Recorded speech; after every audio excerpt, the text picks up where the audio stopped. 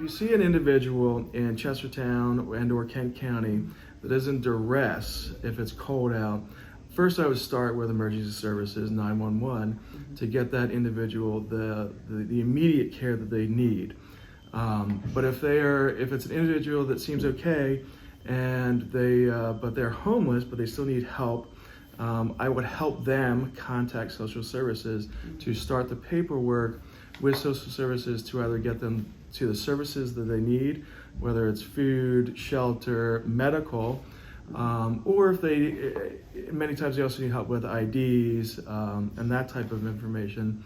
So social services is your starting point. And then what happens after social services is they will contact the aiding parties, the nonprofits in the community. So they'll contact the Good Samaritan Shelter, which just opened on January 1st through end of March. And then there's also the Kent County Coalition of Homeless that helps out. And then there's also the Mid-Shore Behavioral Health Council, which services the Eastern Shore in general. But through these partners, that they will be able to find the aid that these individuals need to get them on their feet again. So what has happened in the last few years, and especially this last year, we have groups, the Chester Valley Ministers Association, CVMA, we have the Good Neighbor Fund, we have the Samaritan Group, Salvation Army, and then we have Mid-Shore Behavioral Health. Yep. And Julie Hanzo is the main contact that we have at social services. When an individual contacts Julie, she has contacts for all of the groups. The Kent County Coalition for the Homeless is newer, that was just this year, but we have now developed a really cohesive relationship. So Julie knows what is available, who can help which type of person, and then she also knows if there are shelters open in other counties. But right now for Kent County, the first thing we try to do is see if that person needs shelter and get them into the overnight shelter that the Samaritan Group provides.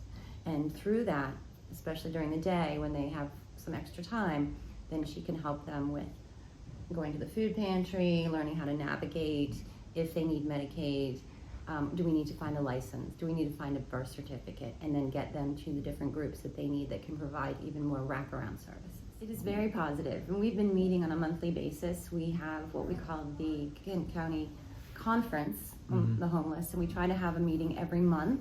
We have one tomorrow night, 7 o'clock at Town Hall, and luckily, all of us who are involved in all the different organizations came together, and one gentleman helped us in particular, and we made a flow chart, and we had a description of all the different organizations, and we decided, okay, so where do we start? And that's where we came up with DSS, and then the flow chart goes out. So everyone is now aware of what everybody else does, and it really helps all of us, especially like as you said, if it's a community member in Rock Hall, right, and you see somebody, instead of having that person exhaust themselves by calling every other organization that they may know, I have a friend here, or I know somebody at this church, let's start with social services.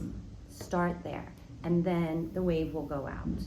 But it will be much easier and much more focused than it had been in the past. Social services has been a very good partner, and Julie, who's the case manager, is excellent.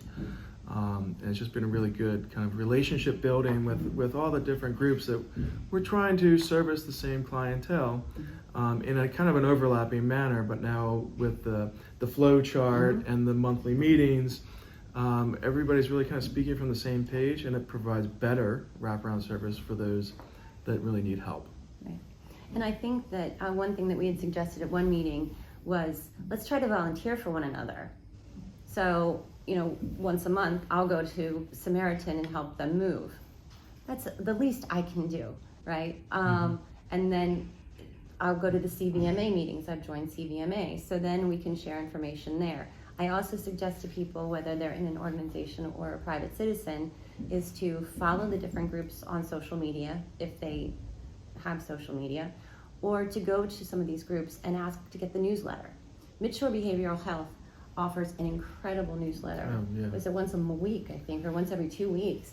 And it gives all sorts of incredible information. Well, the challenge today, there's so many good things that have happened, and I don't want to shadow that with the challenges as we talked before. One thing that is considered a challenge is that with our wonderful overnight shelter, it is overnight only, and it's 3 months only. Well, because it's taking churches 1 month, each church takes a month. That's a lot on a church, and it takes a lot of volunteers, right? So, we're in a perfect world, we would have 5 months instead of 3 months. In a perfect world, we would have a 24-hour shelter. But what we do have currently with Kent County Emergency Services, we have warming centers. So when folks have to leave in the morning, when they leave, they do get lunch. They have like a brown bag lunch that they can take with them. They're not going to have to go out and search for food or have to pay for food. And we do have the libraries. So all 3 libraries in our county, Galena, Rock Hall, and Chestertown, have warming stations. Oh, yeah, exactly. I think the current immediate need is volunteer and people hours. It takes a lot. It's taxing to volunteer and spend an overnight in the shelter, or to help move the beds at the month's end, or help prepare the brown bag lunches. So if you do want to help, I would recommend that you reach out to the Samaritan Shelter through their Facebook or website. You can contact James Diggs, who runs the shelter, but see if they have room for you to volunteer and really help out community members. That's really what it's about, just helping your fellow neighbor. Right.